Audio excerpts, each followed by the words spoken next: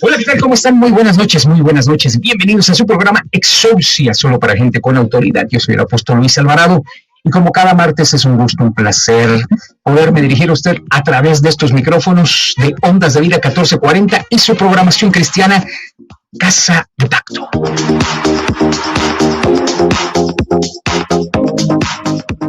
Y bueno, quiero también saludar en esta noche a mi hermosa esposa. ¿Cómo estás, amor? Muy buenas noches. Hola, ¿cómo está, linda familia Exousia? Un gusto poder compartir un martes con todos ustedes. Y bueno, ya es tiempo de que empecemos. Ya todos los que están conectando empiecen a compartir para que mucha más gente pueda estar conectada, despierta e informada. Así que te voy a compartir nuestro teléfono de oficina 55 51 22 54 24 para que te pongas en contacto con nosotros.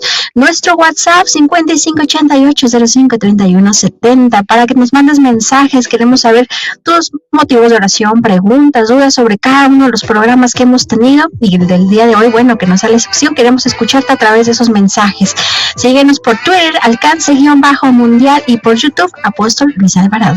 Y el tema va a estar bastante interesante. Yo les recomiendo que ustedes tengan ahí a la mano su Biblia, tengan también a la mano pues algún bolígrafo, claro, y por supuesto también una libreta, ¿verdad? Un cuaderno, una libreta, una hoja no, porque esas después se pierden. Entonces, una libreta que usted pueda tener para tomar nota, porque va a estar bastante interesante. Sí. Recuerde que este programa pues es un programa distinto, diferente, toca temas escatológicos, temas polémicos, de interés, temas polémicos y por supuesto también pues nos manejamos a través del enigma, ¿verdad? Sí. Porque pues la Biblia está escrita en diferentes formas, ¿verdad? Utiliza los símbolos, utiliza el enigma y Jesús también utilizó el enigma. Cuando, un ejemplo de ello muy claro es cuando va Nicodemo y le dice, ¿qué tengo que hacer, no? Para tener vida. Y Jesús le dice, bueno, pues nacer de nuevo, es un enigma, ¿no? Sansón utiliza bastante en enigma. Entonces es una forma también de enseñar, poner a pensar, ¿verdad? A ponernos a pensar, a indagar, ponernos a recordar todas esas pasajes bíblicos, ¿verdad? Entonces, pues bueno, muy interesante esta forma de enseñar. A mí me encanta demasiado. Y bueno, pues finalmente es lo que hace las personas en el mundo, se preguntan y se hacen demasiadas preguntas. Gracias a Dios que tenemos la Escritura que nos puede abrir el entendimiento espiritual, nos da luz y podemos entender muchas cosas, como dice Jeremías 33:3, clama a mí, yo te responderé y te enseñaré cosas grandes y ocultas.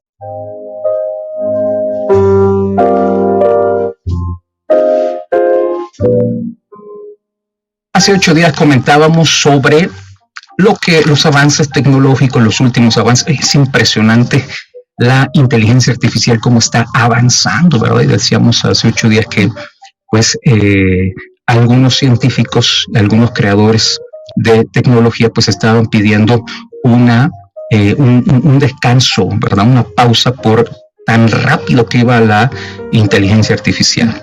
Y decíamos, ¿verdad?, que esa inteligencia, pues, no es otra cosa más que un conocimiento de personajes, ángeles caídos, ¿verdad? La misma Escritura nos lo habla. Entonces, con eso fue que entramos al tema de el huerto del Edén, entramos acerca hablamos acerca de la manzana, ¿verdad? Que mucha gente piensa que en realidad Adán y Eva lo que probaron fue ese fruto y fue una manzana, y pues bueno, tiene su fundamento, y decíamos que fue por una mal traducción que se hizo a la Septuaginta, y lo explicábamos hace 8 días también, y hablábamos sobre el mito de dónde provenía el mito de la manzana que se comían estos dos personajes, ¿verdad? Y también hablábamos sobre un fruto que pues en realidad pues fue el que comió Eva principalmente, porque la escritura dice que Eva fue la primera que cometió una transgresión. Pero yo quisiera comenzar la escritura, esta enseñanza con la escritura. Génesis capítulo 3, verso número 6. Génesis capítulo 3, verso 6. Va a estar muy interesante hoy. Y también quiero citar el libro de Corintios, segundo libro de Corintios, capítulo 11, verso número 1, la segunda carta. Dice Génesis capítulo 3, verso número 6. Y vio la mujer que el árbol era bueno para comer y que era agradable a los ojos y el árbol codiciable para alcanzar la sabiduría. Y tomó de su fruto y comió y dio también a su marido, el cual comió así como ella. Entonces fueron abiertos sus ojos de ambos y conocieron que estaban desnudos. Entonces cosieron hojas de higuera y se hicieron delantales. Yo les comentaba que estudiar el libro de Génesis, sobre todo los primeros 5 capítulos, es impresionante porque hay una luz que nos despierta, que descubrimos, ¿verdad? Una profundidad, sobre todo en los 3 primeros capítulos, los 5, pero los 3 primeros es impresionante la revelación que tenemos del libro de los Génesis. Así que la segunda carta de Corintios dice así, capítulo 11, verso número 1. Ojalá, y es lo que yo les pido el día de hoy, ojalá me tolerasen un poco de locura, dice el apóstol Pablo. Ojalá me toleraran un poco de locura. Sí, tolérenme, porque os celo con celo de Dios, pues os he desposado con uno solo esposo para presentaros como una virgen pura a Cristo. Pero temo que así como la serpiente con su astucia engañó a Eva, vuestros sentidos sean también de alguna manera extraviados de la sincera fidelidad a Cristo Jesús. Un pasaje también muy interesante. Pero el apóstol Pablo dice, tolérenme por favor un poco de esta locura. Por favor, tolérenme, dice el apóstol Pablo, porque lo que les voy a decir, dice el apóstol Pablo, nos remonta al huerto del Edén. Y tengo miedo, dice, de que ustedes, Iglesia de Cristo, sean desviados como fue desviado Adán y Eva a través de la serpiente. Dice, fueron infieles. Esa palabra es bastante interesante porque nos habla acerca de una infidelidad. Y dice, yo no quiero que ustedes sean infieles como Adán y Eva, específicamente como Eva, sino yo quiero que ustedes tengan fidelidad a Cristo. Y entonces con estos 2 pasajes yo quisiera comenzar. Hablábamos y decíamos la semana pasada que lo que nosotros conocemos como la serpiente, pues bueno, es una cosa completamente distinta, porque la Biblia nos habla que la serpiente, en el artículo, ¿verdad?, en hebreo, que es Ben-Nahash, no utiliza el artículo la, sino es el serpiente.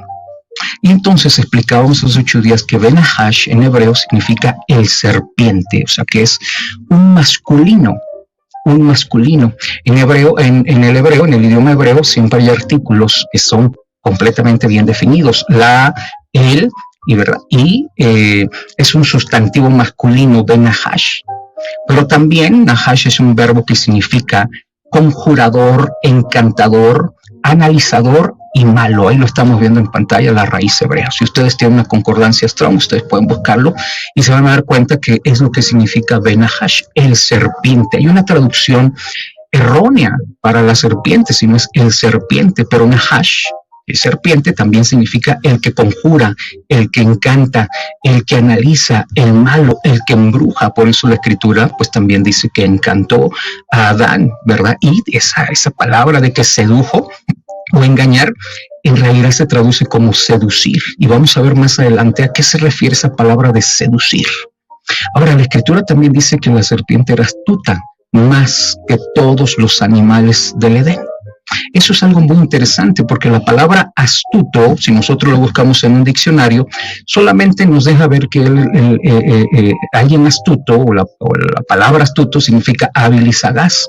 Pero cuando nosotros nos vamos al hebreo, la palabra astuto es la palabra arun en hebreo y significa ser cuerdo, alguien que piensa antes de hablar. O sea que la serpiente no habló estupideces, no habló tonterías, sino supo lo que habló con Eva principalmente, y dice que era cuerdo, y nadie, como explicaba hace 8 días, una persona que es cuerda, pues bueno, calcula bien sus palabras. Una persona que es cuerda es porque tiene la seguridad de lo que está diciendo. Entonces, lo que nosotros a veces entendemos como serpiente, pensamos que Satanás tomó el cuerpo de la serpiente y era una serpiente que se arrastraba sobre la tierra, pero no, era más allá. Sino la escritura nos dice, y lo vamos a ver en un momento más, que Ben-Nahash, el serpiente, tenía una amistad con Eva. Por eso dice, yo pondré enemistad entre ti, ¿verdad? Y la mujer. Entonces, la serpiente, y lo vamos a ver un momento más, era una persona que le servía al hombre y a la mujer, o sea, a Adán y a Eva. Era un ser que era inteligente y era superior. La misma escritura dice que él era astuto más que toda la creación o todos los animales del Edén. Y entonces el serpiente tenía una tarea, que era servirle a Adán y a Eva. Pero también había una amistad. Por eso la escritura dice, pondré enemistad. Y no puede haber enemistad si primeramente no hay una amistad. Pero bueno, la Biblia también nos habla acerca de los árboles, el bien y del mal. Aquí es donde yo quisiera entrar. Y yo quisiera ser, pues, muy explícito en esto. Quisieras tomarme mi tiempo para poderlo explicar. ¿A qué se refiere la Biblia con los 2 árboles? Dice la escritura que puso 2 árboles. En Génesis capítulo 2, verso 8, dice, entonces Dios plantó en un jardín en la región del Edén, en el oriente, y puso ahí al hombre que había formado. Y dice que también había toda clase de árboles hermosos que daban fruto bueno para comer. Y en medio del jardín puso también el árbol de la vida y el árbol del conocimiento del bien y del mal. O sea que había 2 árboles. Pero en la escritura, cuando se nos refiere a los árboles, habla de forma simbólica, en donde se refiere pues a que hay un bien y que hay un mal. Si hubiera árboles tan solo que pudieras comer y te pudieran producir conocimiento, te pudieran producir vida, pues ya lo hubiéramos comido, ¿no? Entonces, por eso es que la escritura describe estos 2 árboles como algo simbólico. ¿Y qué es un símbolo sino una representación de una o varias realidades? Las parábolas es uno de ellos, ¿no? Los proverbios. La escritura utiliza muchos símbolos para entender verdades bíblicas. Por decir, los símbolos son objetos o seres que representan un concepto abstracto e invisible. Por decir, por un ejemplo, el perro, cuando nos referimos al perro, ¿qué decimos simbólicamente? Es sinónimo o es símbolo de fidelidad y de lealtad. Cuando vemos a una paloma, ¿qué decimos? Es el símbolo de la paz, ¿verdad? Entonces los árboles eran algo simbólico que representaban algo. Entonces, ¿pero qué son los árboles? Pues bueno, los árboles representan personajes, pero también representan conocimiento. O sea, representan un ser que es bueno y un ser que es malo. Representan verdades que son, representa que es verdad o mentira.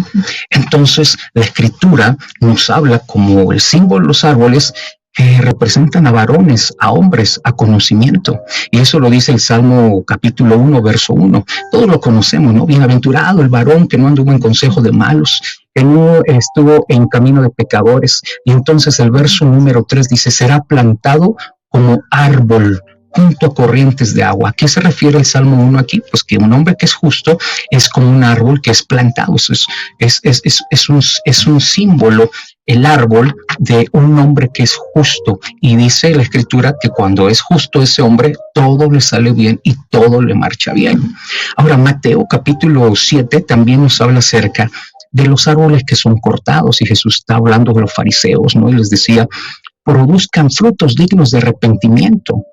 Y en el verso número 10 de Mateo capítulo 3 dice, además el hacha ya está puesta a la raíz de los árboles, por tanto todo árbol que no da buen fruto es cortado y echado al fuego. Por supuesto que Jesús no se estaba refiriendo a un árbol literal, ¿verdad? No iba a cortar un árbol, sino se estaba refiriendo a los hombres que tenían un fruto incorrecto, pues se iban a ser cortados y echados al fuego. Ahora, Daniel capítulo 4, verso 20, con el sueño que tiene el rey, Daniel le describe y le dice, rey, el árbol que tú viste, en el capítulo 4, verso 22, le dice, tú mismo eres, oh rey, que creciste y te hiciste fuerte, pues creció tu grandeza. Se refiere a un árbol, le dice Daniel, el árbol que tú soñaste, ese eres tú, rey. Entonces, como vemos en la escritura, un árbol representa un personaje, representa un hombre, representa el bien, representa el mal. Entonces, por eso Génesis tenemos que entenderlo pues en su forma de escritura. Yo les decía hace un momento, la Biblia fue escrita a través de símbolos, a través de parábolas, ¿verdad? A través de eufemismos, a través también de... A veces la gente piensa que Dios tiene manos, Dios tiene ojos, Dios tiene pies. No, no para nada. Entonces Dios dice en la escritura que Dios es espíritu, Dios es espíritu. Pero ¿por qué la Biblia nos dice que Él nos mira con sus ojos, nos toma en sus manos, pisa a nuestro enemigo con el estrado de sus pies? ¿Por qué la Biblia describe que Dios tiene un cuerpo? Bueno, es una forma de antropomorfismo. Eso significa, antropomorfismo significa dar una característica humana. Entonces, para que nosotros entendamos que Dios no quita sus ojos de nosotros o que está muy al pendiente, que Dios nos ama y nos abraza. Entonces, por eso Él mismo dice que Él tiene su brazo fuerte, su diestra de poder nos levanta, sus pies, porque es una forma de nosotros entender a Dios espíritu, ¿me entiendes? Entonces, por eso en la escritura es tan importante saber cómo está escrita, ver cuáles son los símbolos, y el huerto del Edén utiliza estos dos árboles, pero no eran dos árboles, ni mucho menos era un fruto, una manzana, un durazno, un higo, dicen algunos, porque algunos hombres dicen es que fue higos porque Dios les coció, o más bien los hombres se cosieron hojas de higo. No, tampoco. Son algo simbólico. Entonces representa, repito, varones, hombres, el bien y el mal. Son árboles que representan conocimiento, personas, ¿no? Y entonces, ¿quién fue el originador del mal? Pues bueno, Satanás, ¿no? Entonces, las características, ¿cuáles son de la serpiente? Que él es mentiroso, ¿no? Que él es mentiroso. Hay tres características que nosotros vemos de la serpiente. Uno, que es mentiroso. Dos, que es homicida, nos dice la escritura. Y tres, que tiene conocimiento. Y entonces le dijo a la mujer, es cierto que Dios te dijo que vas a morir, no es cierto, es mentira, no vas a morir. Entonces él es mentiroso, porque hizo a Dios mentiroso y lo hizo quedar mal frente al hombre, frente a la mujer.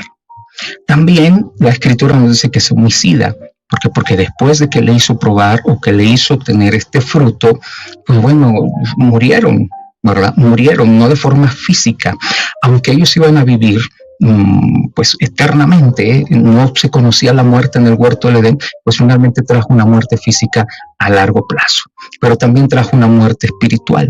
Ahora, también la escritura nos dice que Satanás sabe, por eso dice, sabe Dios que tú no vas a morir. O sea, la serpiente tiene el conocimiento. Por supuesto, no puede tener todo el conocimiento de Dios, pero como estuvo tan cerca de Dios y era el querubín que estaba en una posición importante en el reino de Dios, pues bueno, él tiene conocimiento, y como decíamos hace 8 días, este conocimiento también se los transmitió a los ángeles caídos, y los ángeles caídos transmiten este conocimiento a las mujeres, de acuerdo al libro de Enoc y de acuerdo al libro de Génesis capítulo número 6.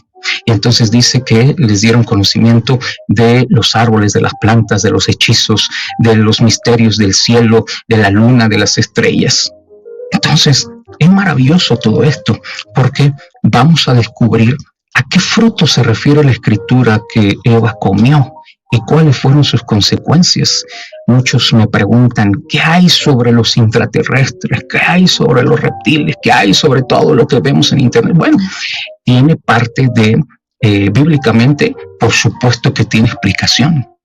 Nada más que hay que indagar, descubrir, y les aseguro que todo en la Biblia nos da una luz para entender las cosas y los misterios de esta tierra. Y entonces comentábamos acerca de la serpiente, que la Escritura nos dice que es un personaje que es homicida, un personaje que es mentiroso, pero también un personaje que tiene conocimiento.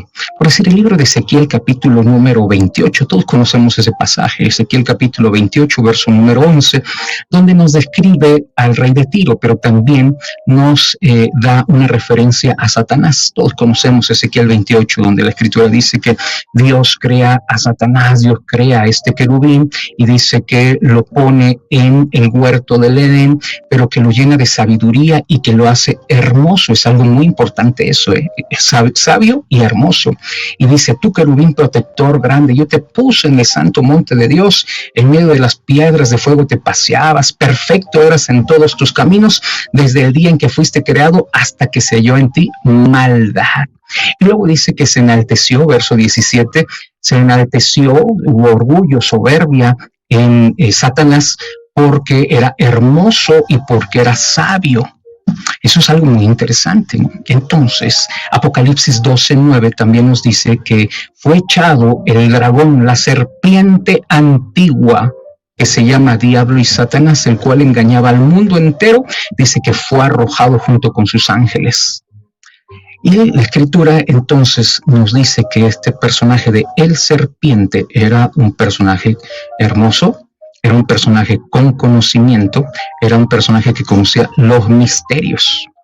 Y entonces, él lo que hace, dice la Escritura, que era astuto. Y la palabra astuto ya dijimos que era cuerdo. La Escritura nos dice, Génesis capítulo 1, verso 24, luego Dios dijo: produzca la tierra seres vivientes según su especie, bestias, serpientes y animales de la tierra según su especie. Aquí la Escritura nos habla de que Dios hizo a la creación, ¿verdad? Hizo a la creación de forma, digámoslo, evolutiva. Nada tiene que ver con la evolución. A lo que me refiero es que evolutiva es que comenzó con algo pequeño. Dios dice que crea las semillas. Y luego es algo que no era, es algo que es inerte. Dios crea las semillas, crea los árboles. Pero luego Dios decide crear a seres que se muevan y crea los animales del agua. Después va más arriba y crea animales de la tierra. Y luego va más arriba y crea animales de 4 patas. Pero va más arriba y dice que después fueron serpientes, reptiles. Génesis 1:24 dice: seres vivientes según su especie, bestias, serpientes, animales de la tierra según su especie.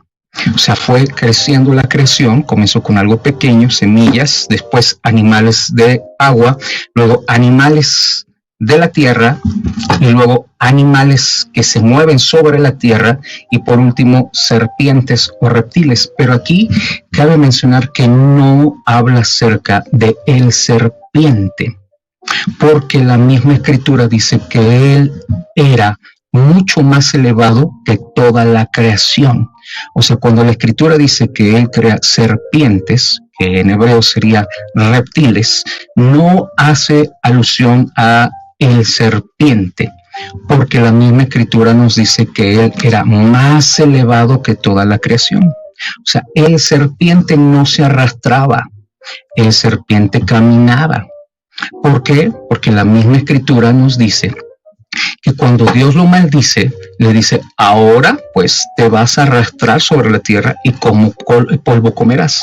Ahora, los eruditos dicen que el serpiente efectivamente se descubrió que tenía manos y tenía pies. Entonces, por lo tanto, cuando Génesis capítulo número 1, verso 24 se refiere a los reptiles o los serpientes, no habla del serpiente, no habla del serpiente, porque la misma Escritura, repito, nos dice que él lo hizo más elevado, ¿verdad? Más sabio que todos los animales del huerto del Edén.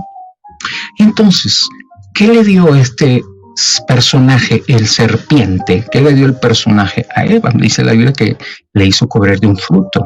Por lo tanto, este fruto, pues bueno, es algo simbólico, pero también, imagínense, si hubiera sido del todo un símbolo, entonces no hubiera podido dar un fruto literal.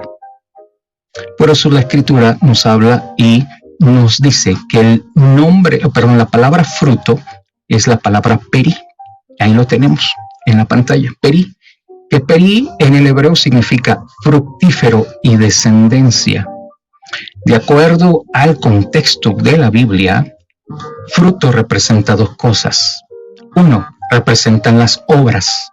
Dice Gálatas 5:22, el fruto del Espíritu que dice es gozo, paz, paciencia, benignidad, bondad.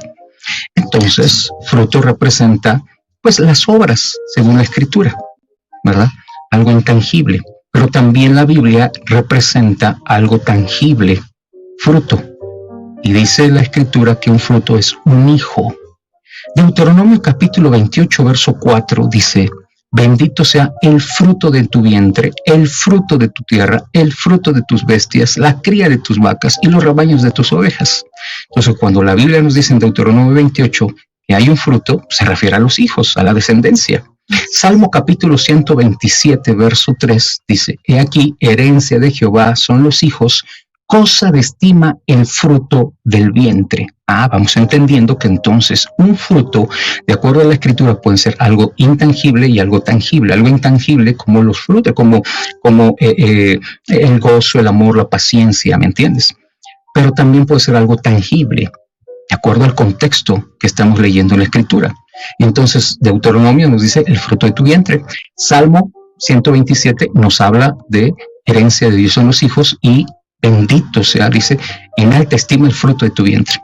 Génesis capítulo 3, verso 15, todos conocemos esa profecía, y pondré enemistad entre ti y la mujer, y entre tu simiente y su simiente suyo. O sea, voy a poner, dice Dios, enemistad, contienda, ¿verdad? Voy a terminar esta amistad en que tienes tu serpiente con la mujer, pero aparte los hijos tuyos, ¿verdad? Van a estar peleando constantemente con los hijos de la mujer.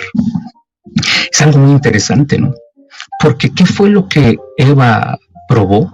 Eva probó de un fruto, pero no de un fruto frutal, por decirlo así, no de un higo, no de una manzana, de un mango, sino más bien la Escritura nos dice que el fruto que le dejó la serpiente fue un hijo.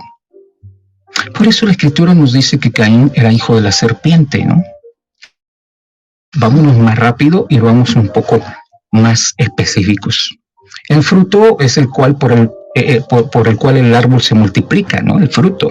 Pero el fruto, pues bueno, tiene una semilla, tiene una simiente, que es donde en realidad está el fruto. Entonces, para que un árbol pueda producir, pues necesita del fruto que cae sobre sus hojas, pero pues dentro de ese fruto hay semillas y nosotros sembramos esa semilla para volver a tener un árbol y tener fruto. Entonces, ¿dónde está la semilla en los varones? Pues bueno, en su órgano reproductor. Ahí los varones tienen su semilla. Recuerdo mucho los pasajes bíblicos, y tal vez ustedes lo han de haber leído, donde se pactaba, por decir, José, Abraham, Jacob y otros tantos personajes pactaban, y dice que ponían las manos sobre sus muslos.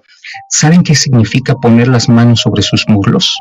Significa que cuando se hacía un pacto con otra persona, tenemos el ejemplo, ¿no?, de Abraham cuando le dice a su criado, ve y consigue la esposa a mi hijo, y le pone a Abraham la mano debajo de sus muslos y dice, júrame que me vas a traer una mujer pues que sea adecuada, ¿no?, correcta, de buen parecer, de buen corazón para mi hijo Isaac.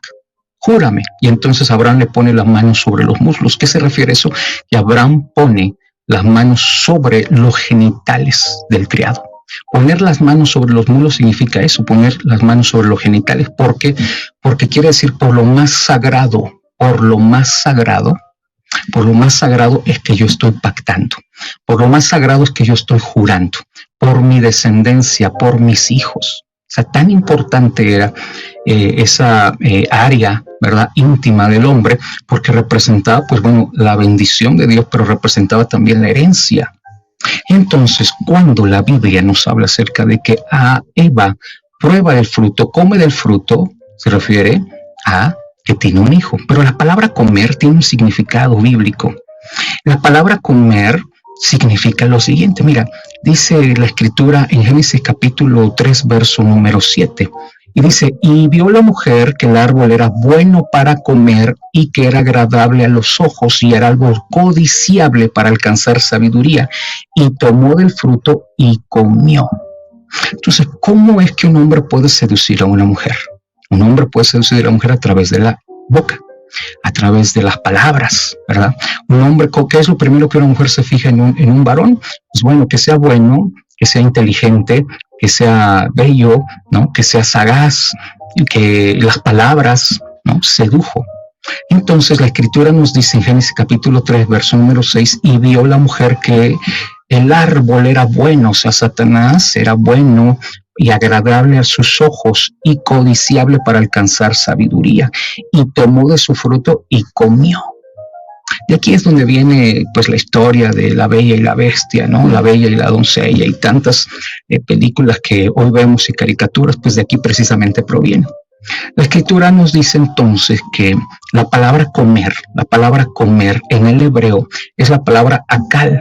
Vuelvo a repetir, ustedes pueden consultar una concordancia Strong, si es que ustedes no saben hebreo, pues pueden consultar en la concordancia Strong. La palabra comer es la palabra akal, que significa acostarse con una persona.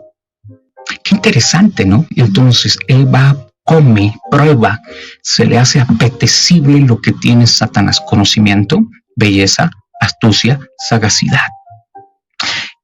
Cantares capítulo 2, verso 3 nos dice eso. Cantares capítulo 2, verso 3 dice: como el manzano entre los árboles silvestres, así es mi amado entre los jóvenes. Bajo la sombra del deseado me senté y su fruto fue dulce a mi paladar. El libro de Cantares no tiene nada que ver como muchos han interpretado, que el libro de Cantares es una analogía de Jesús con su iglesia. No es cierto, no es verdad. Para inventar cosas estamos bastante buenos, pero ese es el problema. Que a veces enseñamos fantasías y a veces enseñamos tonterías y cosas que no son. No. El libro de Cantares describe una relación íntima, amorosa entre una mujer de color y Salomón. Y precisamente habla de forma simbólica y describe una relación íntima, una relación sexual entre esta mujer y Salomón. Y entonces cuando yo doy el curso de matrimonios y llegamos a la clase de sexualidad, vemos el libro de Cantares, porque siempre me preguntan, pastor, ¿hasta dónde podemos llegar a la intimidad con mi pareja, con mi esposo, con mi esposa? Y entonces, pues bueno, solamente se enseña por tradición alguna, ¿no? Y hasta es muy bíblico a veces la forma incluso de tener intimidad, porque hasta hay una posición que se llama el misionero, ¿no? Entonces hasta cristianos somos en eso, ¿no? Somos hasta muy cerrados, pero el libro de Cantares nos describe muchísima variedad. ¿Cómo no te imaginas? Entonces describe, es un libro para adultos, ¿no? Es un libro donde pues se describe ese amor entre la pareja. Y aquí cuando la Biblia dice que entonces la mujer se sentó dice, así es mi amado entre los jóvenes, bajo la sombra del deseado me senté y su fruto fue dulce a mi paladar. Y entonces, pues bueno, Proverbios capítulo 9, verso número 13, me voy más rápido, Proverbios 9, 13, dice, habla acerca de la mujer insensata, alborotadora, y dice, verso 16, que esta mujer dice a cualquier simple, ven acá, a los faltos de cordura dijo, las aguas hurtadas son dulces y el pan comido en oculto es sabroso. O sea, se refiere que esta mujer insensata, esta mujer adúltera, tiene relaciones sexuales o íntimas con alguien que no es su esposo y lo hace de forma oculta. Por eso dice, que ella expresa y dice, el pan comido en lo oculto es sabroso. Porque la palabra comer en hebreo es la palabra kal, que quiere decir acostarse con una persona. Proverbios capítulo 30, verso 20 dice, el proceder de la mujer adúltera es así, come y limpia su boca y dice, no he hecho maldad. Esto es lo que hace una prostituta. Cuando termina de tener relaciones sexuales con los clientes, lo que hace es que, entre comillas, se asea, ¿no? Y como dice el libro de Proverbios capítulo 30, verso 20, limpia su boca, dice, come y limpia su boca y dice, no he hecho ningún mal. Y luego, Gálatas capítulo 5, verso 19, dice que entonces manifiestas son las obras, el fruto de la carne, adulterio, fornicación, inmundicia, lascivia. Entonces, lo que Eva comió, como yo dije hace un momento, no fue una manzana. Por eso yo dije, la manzana que nunca Eva comió, sino más bien es precisamente tener un hijo, la serpiente. Ahora, la palabra seducir dice que entonces, Primera de Timoteo capítulo 2, verso 13, dice que Adán fue formado primero, después Eva. Y Adán no fue engañado, dice Timoteo, sino que la mujer, siendo engañada, incurrió en una transgresión. O sea, la escritura dice, Pablo escribe y dice, pues el que pues no se equivocó fue Adán, sino primero fue la mujer, y la mujer pues lo sedujo a su esposo para que también comiera del fruto. Y entonces, la palabra seducir, aquí en Timoteo dice que fue engañada, pero la palabra correcta en su idioma original quiere decir seducir. O sea, diría, sino que la mujer siendo seducida, y algunas versiones dice así, la palabra seducir es la palabra nashá, que significa seducir. No es engañar. Pero aquí hay algo que quiero dejar en claro para ya despedirnos. Engañar en griego, en hebreo es la palabra nashá, que significa seducir, pero el Nuevo Testamento fue escrito en griego. Y entonces la palabra engañar en griego es exapatano, y exapatano significa seducir completamente. Pero curiosamente que dice la escritura en Timoteo que la mujer fue exapatao, que quiere decir seducir completamente. Y luego se refiere a Adán y también dice, y él también fue engañado, pero no utiliza la palabra exapatao, sino utiliza la palabra en griego apatao, que significa engañar. En pocas palabras, lo que nos está diciendo la escritura es, a la mujer la sedujeron. A la mujer la sedujeron para tener intimidad con ella. Al hombre simplemente lo engañaron. Seducir es convencer a alguien para que haga algo con el fin de una promesa, o persuadir a una persona con artimañas para tener relaciones íntimas. Entonces, pues bueno, es algo interesante, muy interesante lo que nosotros vemos. Vamos a estar hablando, pues bueno, de este tema. Vamos a terminarlo y por supuesto vamos a hablar, como les comentaba, hasta dónde llegó este fruto, porque bueno, Caín, capítulo 4 de Génesis, capítulo 5 hay una gran diferencia. Los hijos de Caín vivieron muy poco tiempo y el significado de los nombres de Caín pues es maldición. Y sin en cambio los hijos de Set, en este caso, vivieron muchísimo más y su significado de sus nombres es bendición, es prosperidad, es avance. Y la Biblia, mira, con esto termino, la Biblia dice que eran descendientes. Eva es la madre de todos los habitantes de la tierra, pero no dice nada de Adán, no dice que él es el padre, y eso es algo muy, muy interesante de poder notar.